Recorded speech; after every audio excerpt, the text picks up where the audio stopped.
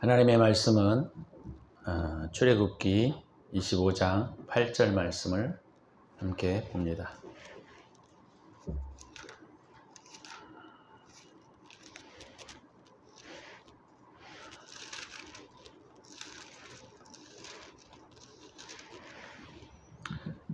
출애굽기 25장 8절 말씀,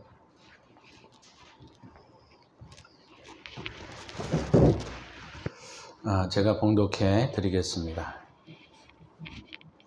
내가 그들 중에 거할 성소를 그들이 나를 위하여 짓되.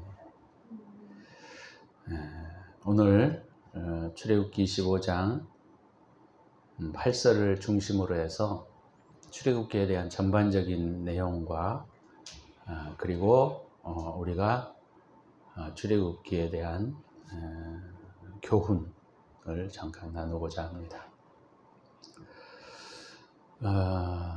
참 오늘은 사실 창세기를 그냥 대충 마무리하고 이제 출애굽기에 들어왔는데, 출애굽기를 전체적으로 좀 우리가 이해해야 목적이 분명히 있어야 우리가 또 숲을 보는데 되게 도움이 됩니다.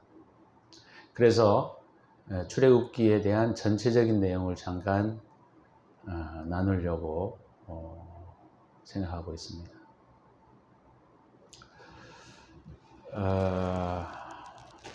출애굽기는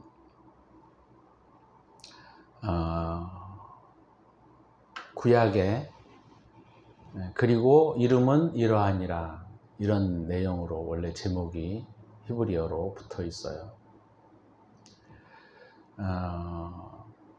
야곱의 족속들이 70명이 내려갔다가 430년이 이르러서야 거의 이제 애굽을 나오게 됩니다. 그래서 이 출애굽기는 우리의 구원, 애굽이 세상을 상징하고 있기 때문에 우리의 구원에 대하여 아주 잘 나타내주고 있다라고 하는 것이죠. 사실 사람의 입장에서 보게 되면 우리의 구원에 대한 이야기지만 우리가 하나님의 측면에서 우리가 보게 되면 훨씬 굉장히 포괄적이고 굉장히 중요한 내용입니다. 하나님께서 이 출애굽기를 통하여 우리에게 나타내시고자 하시는 바가 무엇인고 하니, 하나님이 우리 안에 거하실 성소를 짓기를 원하시는 거예요. 그래서 제가 이 출애굽기의 핵심 명제, 핵심 구절인 오늘 출애굽기 25장 8절의 말씀을 읽었습니다. 하나님의 그 꿈과 하나님의 목적은 우리와 같은 죄인과 우리와 같이 악이 가득한 사람들 중에 거하기를 원하시고, 또 하나님이 거하실 장소를 만들 것을 가르치십니다. 너무너무 놀라운 축복이죠, 사실. 우리와 같이 죄인된 사람이 하나님과 함께 거한다라고 하는 것은, 이건 말로 할 수 없는 축복입니다. 우리가 대통령과 함께 악수를 한번 해도 평생 손을 씻지 않는 사람들도 있고, 또 대통령하고 이렇게 사진을 한번 찍어 놓은 것을 집안에 걸어 놓기도 합니다. 세상의 대통령과도 그와 같은 영광을 간직하고 싶어서 그렇게 하물며 하거든, 천지의 주제이시고 만왕의 왕이시고 거룩의 본체이신 그 하나님이 우리와 같은 죄인 속에 거할 성소를 짓는다. 이건 있을 수 없는 일입니다. 있을 수 없는 일이에요. 그래서 출애굽기는 우리 인간적인 측면에서 이야기하면 우리가 죄악된 세상으로부터 구원을 받는 것에 대한 기록을 말하고 있는 것도 있지만, 그것보다 훨씬 더 중요한 것은 하나님의 목적이 무엇인가를 우리가 이해해야 한다는 거죠. 하나님의 꿈은 뭐냐? 그들 중에 거할 성소를 짓는 것이다 라는 것이죠. 하나님은 죄악된 인간 중에 거할 수 있는, 살 수 있는, 함께 살아갈 수 있는 공간을 만드시기를 원하신다라고 하는 것이죠. 이것이 출애굽기의 가장 핵심 중의 핵심이다라는 것을 우리가 잊어서는 안 됩니다. 그래서 출애굽기를 우리가 이해할 때 굉장히 이 핵심적인 명제를 잃어버리시면 핵심에서 벗어난 엉뚱한 소리를 할 수 있는 위험성이 있게 됩니다. 그래서 출애굽기 25장 8절에서 하나님께서 이스라엘 백성들 가운데 내가 그들 가운데 거할 성소를 지으라고 말씀하시면서 성소에 대한 모양과 각종 양식에 대해서 말씀하고 있다라고 하는 것이죠. 그것이 바로 출애굽기 25장에서부터 30장까지 거의 여기에 대해서 성막에 대한 부분들을 하나씩 하나씩 말씀하시고 가르쳐주고 계시다라고 하는 것입니다. 물론 이 성막의 제도나 성막의 물건들은 다 우리가 잘 아는 바와 같이 예수 그리스도를 상징하는 것입니다. 그렇지만 우리가 이런 성막에 대한 내용과 이것들을 이해할 때 되게 중요한 부분을 우리가 알 수가 있기 때문에 이 출애굽기는 너무너무 중요한 성경 중에 하나라는 것을 우리가 잊어버리시면 안 된다라고 하는 것이죠. 그래서 출애굽기를 전체적으로 우리가 이해하게 되면 1장에서부터 3장까지가 이스라엘 백성과 모세에 대한 부르심에 대한 이야기들을 쭉 나누고 있고 5장에서부터 6장까지가 모세에 대한 부르심이에요. 모세에 대한 부르심. 그 다음에 7장에서부터 12장까지가 애굽에 내려진 재앙, 10가지에 대한 재앙에 대한 이야기죠. 이 10가지 재앙은 제가 전에 출애굽기를 이 재앙에 대한 부분들을 다루었기 때문에 그것을 여러분들이 과거에 이렇게 좀 돌아가셔서 제 유튜브를 좀 보시면 좋을 것 같고, 그래서 제가 이 출애굽기를 가지고 함께 말씀을 나눌 때에는 이 10가지 재앙은 잠깐 넘어가겠습니다. 그리고 13장에서 14장까지가 홍해바다를 건넌 사건에 대한 이야기들을 가지고 있죠. 그 다음에 15장에서부터 18장까지가 시내산으로의 여정입니다. 시내산으로의 여정. 그 다음에 19장에서부터 24장까지가 언약의 확증, 언약의 내용을 가르쳐주고 있고, 우리가 오늘 읽은 25장에는 성막의 제도에 대한 부분들을 31장까지 거의 말씀하고 있다. 그리고 32장에서부터 34장까지가 금송아지를 지어서 이스라엘의 배반에 대한 이야기, 거역에 대한 이야기, 언약을 깨트림에 대한 이야기들을 나누고 있고, 그 다음에 35장에서부터 39장까지 성막이 완성되는 장면들을 다루고 있습니다. 마지막으로 하나님이 거할 성소를 짓고 그 성소에 하나님의 영광이 임재하심으로 출애굽기 40장에 그것을 마감하고 있습니다. 놀라운 거죠, 이게. 그래서 우리가 출애굽기 25장에서 하나님이 내가 너희 가운데 거할 성소를 지어라 이렇게 말씀하시면서 40장에서 그것을 완성하고 난 다음에 하나님이 그 성소에 임재하시는 장면들이 기록이 되어 있다라고 하는 것이죠. 그러니까 오늘 우리가 읽은 출애굽기 25장 8절의 말씀이 얼마나 중요한 내용인지를 우리가 알 수가 있어요. 너무너무 영광스러운 부분이 바로 이겁니다.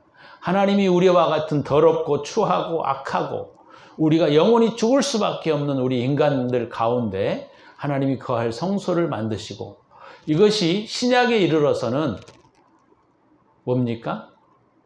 우리의 몸에 하나님의 성전을 만드시는 이 축복된 삶이 성경에 기록이 되어 있다라고 하는 것이죠. 그래서 우리가 이 출애굽기 하나를 우리가 이해하게 되면 하나님의 그 거룩하심과 그 다음에 하나님의 은혜로우심과 하나님의 그 자비로우심에 대한 이해들을 우리가 할 수가 있고, 인간이 얼마나 완악하고 인간이 얼마나 패역하고 우리 자체가 얼마나 죄인된 모습을 가지고 있는가에 대한 이야기들을 우리가 이해할 수 있다라고 하는 것입니다.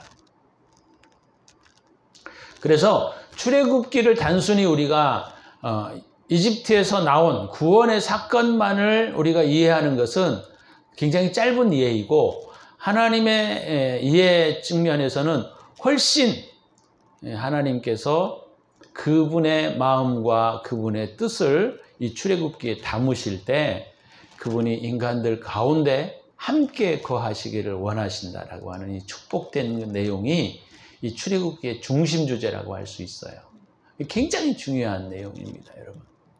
하나님은 저와 여러분들 가운데 함께 하시기를 원하시고, 하나님은 저와 여러분들을 성소를 지으시고 우리 안에 성소를 만드시고 하나님께서 우리와 함께 하시기를 원하신다라고 하는 것이죠.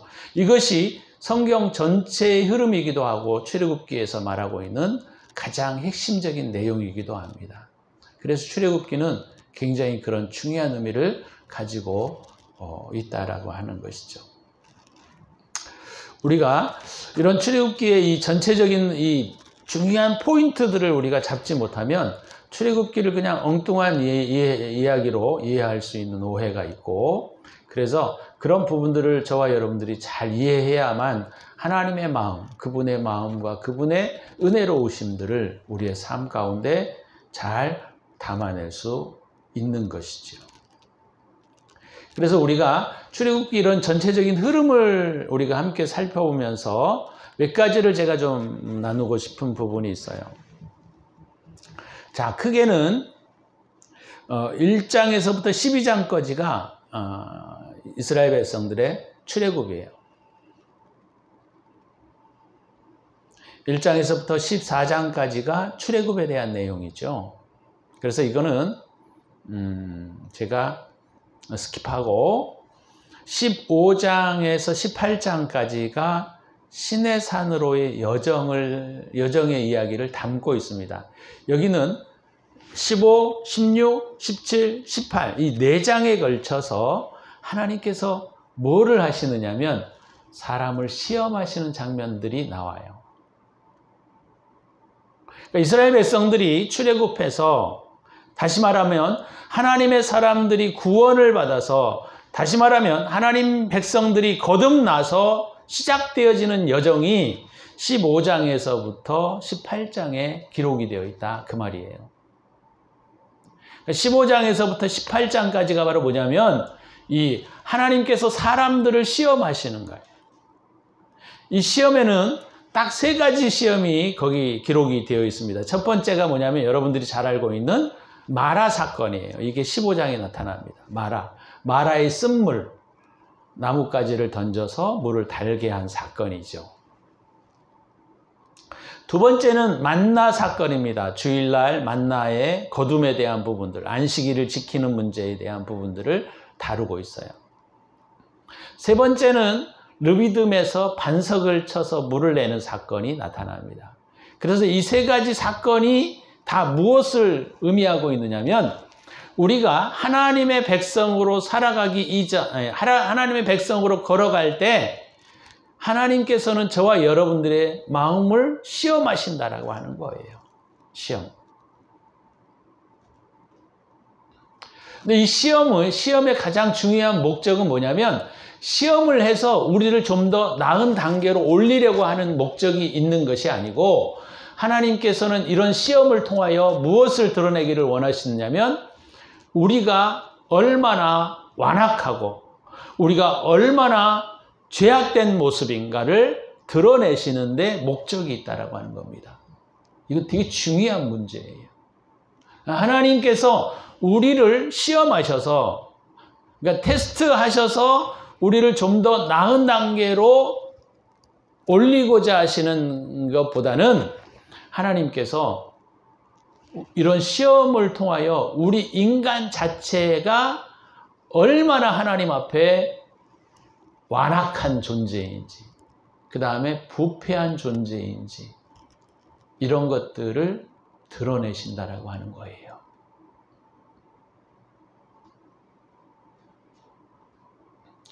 우리가 예수 그리스도를 믿고 나서, 거듭나고 나서 첫 번째로 우리가 받아야 할 가장 중요한 것은 바로 뭐냐면, 우리가 얼마나 죄악된 사람인지를 분명하게 인식하는 겁니다.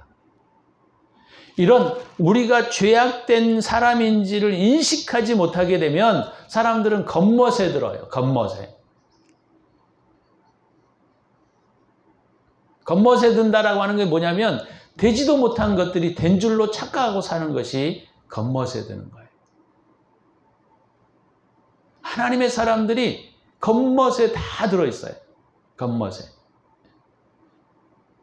자기들이 예수를 믿었다 생각하고 있고, 또 하나는 그냥 믿음으로 살아가는 모든 행태와 신앙의 생활들이 자기네들은 아주 깨끗하고 거룩한 것이라고 착각하며 산다 이 말이에요. 근데 하나님이 이런 시험을 통하여 뭘 드러냈냐면, 너희는 애굽의 삶에 찌들어 있다라고 하는 모습들을 드러내는 거예요. 그래서 마라의 쓴물 사건이나 주일 사건이나 르비딤의 반석을 쳐서 나타내서 나오는 문제들에서 가장 일반적인 특징들로 보게 되면 이스라엘 백성들의 불평, 불만입니다. 원망과 불평이었어요. 우리가 이런 점들을 잘 기억하셔야 합니다. 우리는 아직도, 그러니까 세상에서 구원하여 나왔지만 여전히 세상 속의 풍습에 젖어 있고 세상적인 관점을 가지고 하나님을 평가하고 하나님의 생각들을 가지고 있기 때문에 이스라엘 백성들의 이런 태도에 대한 부분들을 바르게 직시하지 않으면 엉뚱한 신앙생활을 하게 되는 거예요.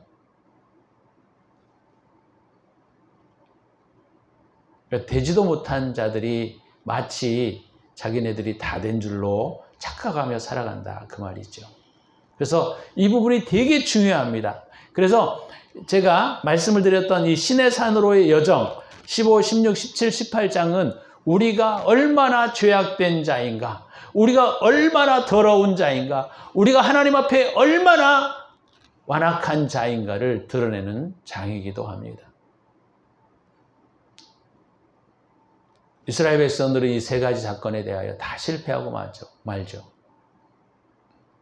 근데 우리가 이제 앞으로 제가 이 15, 16, 17, 18장에 들어가서 이 마라의 쓴물 사건, 주의를 지키는 문제, 그 다음에 르비딤의 반석을 쳐서 물을 내는 사건, 이 사건을 통하여 우리가 어떤 존재인지를 제가 또 더 자세하게 나누겠습니다만은 이 부분은 되게 중요한 부분이에요. 내가 죄악의 가장 깊은 본성들을 내가 직시할 때에 무엇을 우리가 더 필요로 하게 되냐면 그리스도의 피를 더 의지하게 되고 그분의 존재에 대하여 우리가 더 깊이 그분을 바라보게 된다라고 하는 거예요.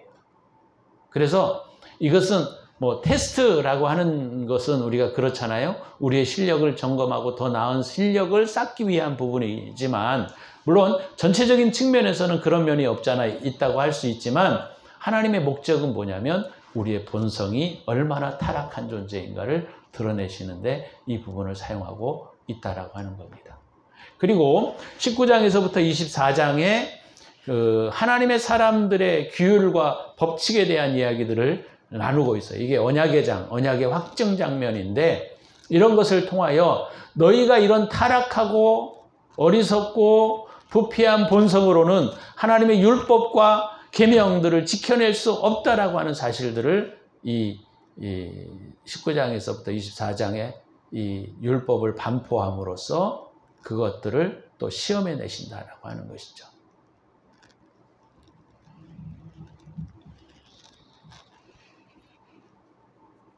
그래서 15장에서부터 사실은 31장까지가 사실은 이런 부분들, 부분들을 명확하게 나타내고 있습니다. 인간은 부패해서 하나님의 뜻을 지킬 수가 없다. 인간은 타락해서 하나님의 마음을 읽어낼 수가 없다. 세 번째는 인간은 너무너무 더러워서 부패해서 하나님의 마음을 읽어낼 수 없다라고 하는 사실을 우리가 이거를 통해서 배우게 된다라고 하는 것이죠. 그래서 그 32장에서부터 34장에 나오는 금송아지, 이 배반 사건이 드러나게 됩니다. 이 금송아지 사건은 되게 중요한 의미를 가지고 있는데, 이 이스라엘 백성들이 출애굽하여 약 한 6개월에서 7개월 사이에 일어난 사건입니다. 그러니까 굉장히 하나님의 놀라운 능력과 기적과 역사들을 체험했던 그 이스라엘 백성들이 얼마나 그들이 본성이 부패하고 타락했는가를 보여주고 있는 이 장면이 바로 32장에서 34장이에요. 그러니까 하나님의 언약을 반포를 받고, 그러니까 언약의 확증을 하고 그들이 우리가 하나님의 말씀을 지키겠습니다라고 했지만 그들이 지킬 수 없다라고 하는 사실. 그들은 하나님의 율법과 계명들을 하나님의 마음을 읽어내기보다는 자기의 이익을 위하여 그 하나님의 계명과 율법을 이용했다라고 하는 사실들을 우리가 배울 수 있다라고 하는 거예요.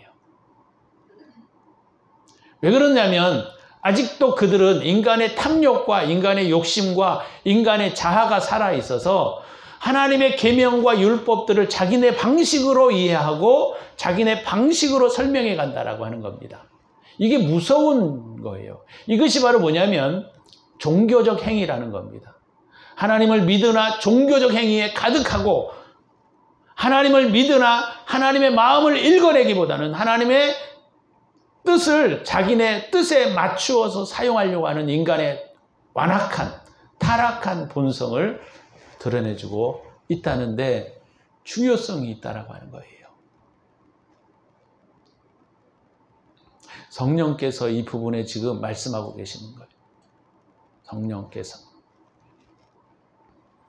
그래서 이 32장에서 34장에 걸쳐서 나타나는 이 현상들은 하나님을 믿지만, 하나님을 섬긴다고 말은 하고 있지만, 종교 신앙생활은 하고 있다고 하지만 결국 그들은 그 종교생활, 신앙생활, 하나님의 율법마저도 자기의 이익을 위하여, 자신의 탐욕을 위하여, 자신의 욕심을 위하여 사용하는데 급급해 있다라고 하는 것입니다. 이게 고쳐지지 않아요, 인간에게는. 근데 오늘 본문에서 우리가 이 부분을 이해하셔야 합니다. 고쳐져야 합니다.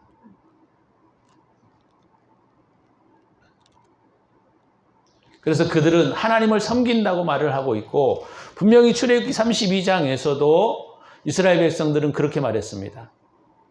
내일은 여호와의 절일이니, 우리가 쉽게 말하자면 내일은 주일이니 우리가 하나님 앞에 예배합시다 라고 하는데, 금송아지를 만들어 놓고 자기들을 위하여 만들어 놓은 금송아지를 위하여 하나님께 예배한다라고 하는 거예요. 우리 현대로 말하고자 하면 그게 뭡니까? 금송아지는 바로 우리의 돈이에요. 황금이죠, 황금. 우리가 하나님을 섬기는데 황금을 놓고 하나님을 섬기는 거예요. 그게 무슨 말이냐면 하나님을 이용하여 금송아지를 만들겠다라고 하는 거예요. 그것이 바로 뭐냐면 기복신앙, 기복. 하나님, 우리의 가문과 우리의 자녀들을 이렇게 축복해 주세요.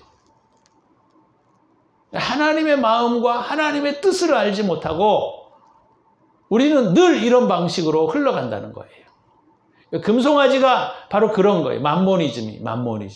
하나님 돈을 이렇게 딱 갖다 놓고 하나님을 믿고 하나님을 섬기고 하나님 앞에 예배하고 있지만 그들의 목적은 금송아지라는 거예요. 금송아지.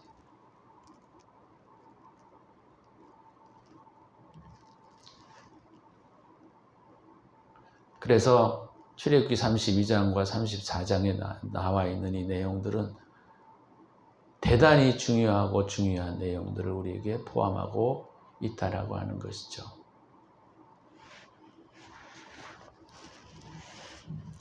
그리고 이 배반을 통하여 모세의 중보가 나오고 하나님께서 자신의 이름을 다시 반포하시는 장면이 나옵니다. 이건 되게 중요한 장면이에요.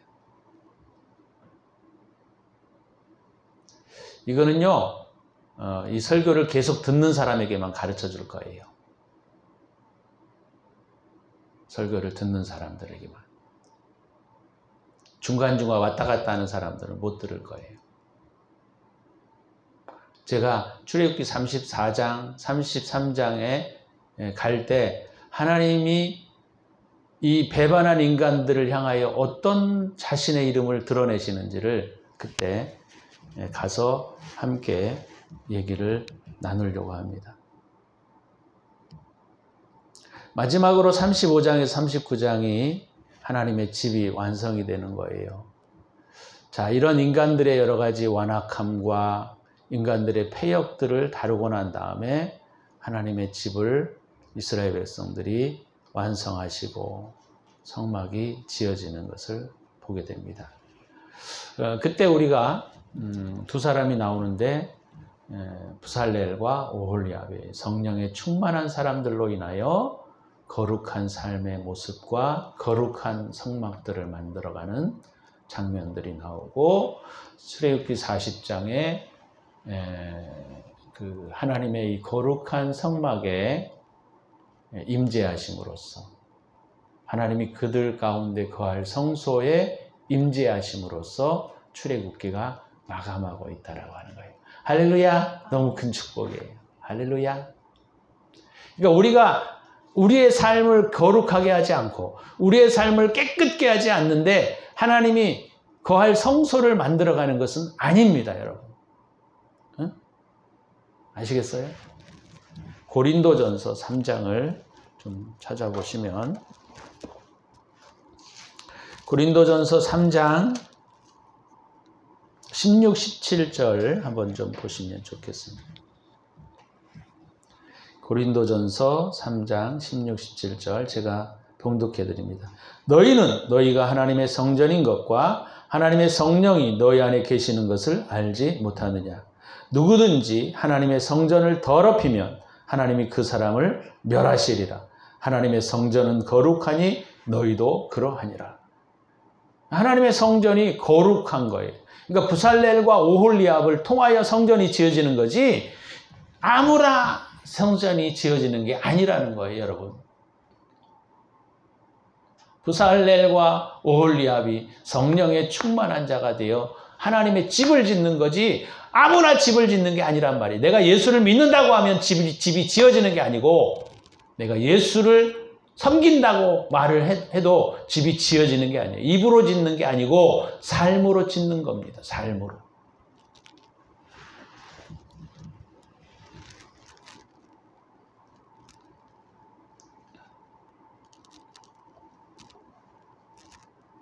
그래서 출애굽기가 이렇게 완성되고 있습니다. 오늘 우리에게 이 놀랍고 놀라운 주님의 말씀, 내가 너희들 가운데 거하는 성전을 짓고 내가 너희와 함께 하리라. 요한복음에 있죠.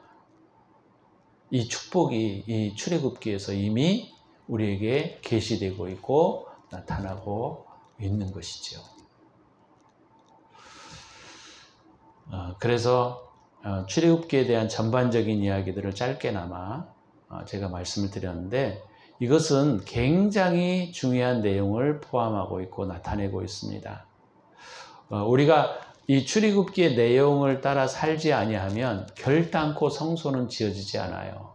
그리고 하나님이 우리 가운데 거하시지도 않습니다. 우리가 교회를 나간다고 헌금을 잘 드린다고 해서 성소가 지어지는 게 아니고 거룩해야 한다는 거예요. 근데 거룩하다라고 하는 것은 뭐냐면 하나님의 영이 내 안에 충만해야 한다는 거예요. 부살렐과 오홀리압처럼 하나님의 영이 충만한 자가 되어야 성전이 내 안에 이루어지고 하나님의 영광이 내 안에서 이루어질 수 있다라고 하는 거예요. 이것이 쉐키나의 영광입니다. 이것이 출애굽기가 우리에게 가르쳐주고 있는 중요한 말씀이라고 하는 것이지요. 오늘 저와 여러분들이 이 말씀을 들으면서 하나님이 거하실 이 성전, 내 성전을 내가 거룩히 해야 되겠다. 하나님이 거하실 성전을 내가 깨끗게 청소해야 되겠다라고 하는 마음을 가지시고 저와 여러분들이 깊이 있게 회개하시고 또 세상 것들을 바라보고 있는 것들을 다 내려놓으셔서 주님의 말씀 안에서 우리가 거룩한 하나님의 사람이 되어 하나님이 우리 안에 영광스럽게 임재하는 축복이 저와 여러분들에게 임하기를 예수의 이름으로 축원합니다. 기도합니다.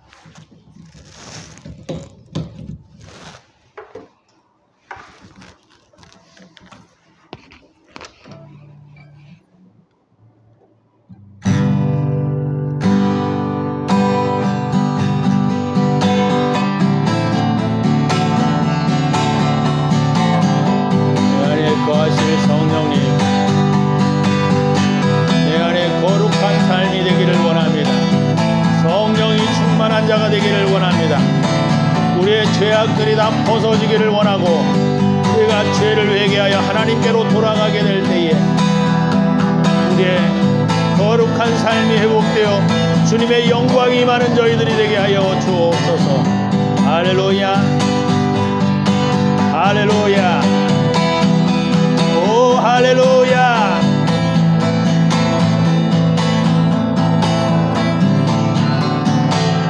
할렐루야, 오 할렐루야. 주님 영광 중에 임하여 주시고 오레베레게베 사이알라바라가베게베 세케오얄라바데레베게베 할렐루야.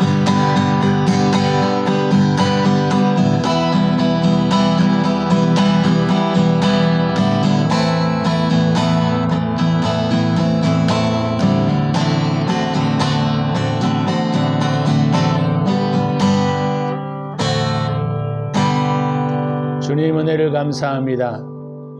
하나님, 주님이 우리 가운데 더럽고 추한 저의 삶 가운데 거하기를 원하시는 주님을 찬양합니다. 하나님, 내 안에 거룩한 삶이 회복이 되어 주님의 영광이 임하게 하시고 그 영광 가운데 살아갈 수 있도록 은혜를 베풀어 주시옵소서. 이제는 우리 구주 예수 그리스도의 은혜와 독생자를 아낌없이 우리를 위하여 내어주신 하나님의 사랑하심과 성령의 영광스러운 임재가 오늘도 하나님 앞에 예배하며 하나님을 거룩히 바라고자 하는 당신의 사랑하는 백성들 머리머리 위에 이제로부터 영원토록 함께 계실지어다. 아멘.